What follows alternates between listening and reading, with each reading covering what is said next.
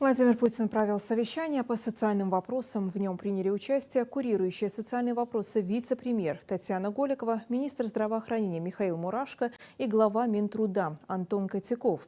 На встрече поднимались все аспекты социальной проблематики. Татьяна Голикова доложила президенту о ряде планируемых мер по поддержке материнства.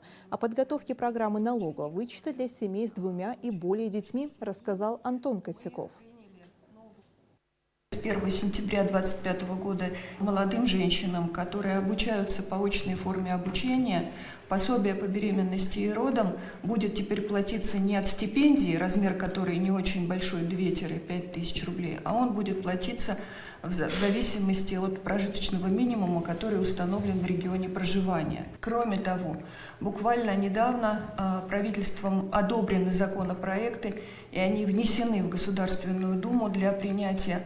Они касаются изменения пенсионного обеспечения многодетных матерей. Речь идет о снятии ограничения. Раньше мы в стаж работы зачитывали 1,5 года на 4 ребенка, теперь это ограничение 6-летнее снято, и теперь сколько детей, столько и будет зачитываться в стаж. И еще одна мера, которую мы внесли в проекте закона, это мера, которая касается приравнивания матери-героини по льготам Герою труда. И теперь это будет означать, что ежемесячно они будут получать 72 тысячи рублей, или, если захотят, то тогда они смогут получать натуральные льготы, если сделают такой выбор. А после того, как наступит пенсионный возраст, то дополнительная выплата к пенсии будет составлять 32 тысячи рублей. Мы начали подготовку к введению так называемой семейной налоговой выплаты, которая у нас стартует с 1 января 2026 года. Программа и сама реализация этого вычеты. Она называется семейная налоговая выплата.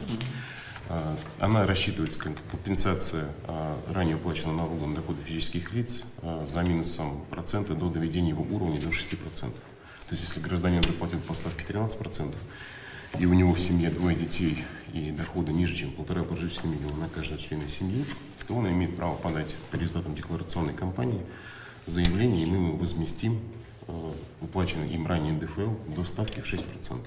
Мы планируем, что уже в середине 2026 года граждане смогут получать соответствующие выплаты, и до конца года все желающие смогут вернуть ранее уплаченный НДФЛ.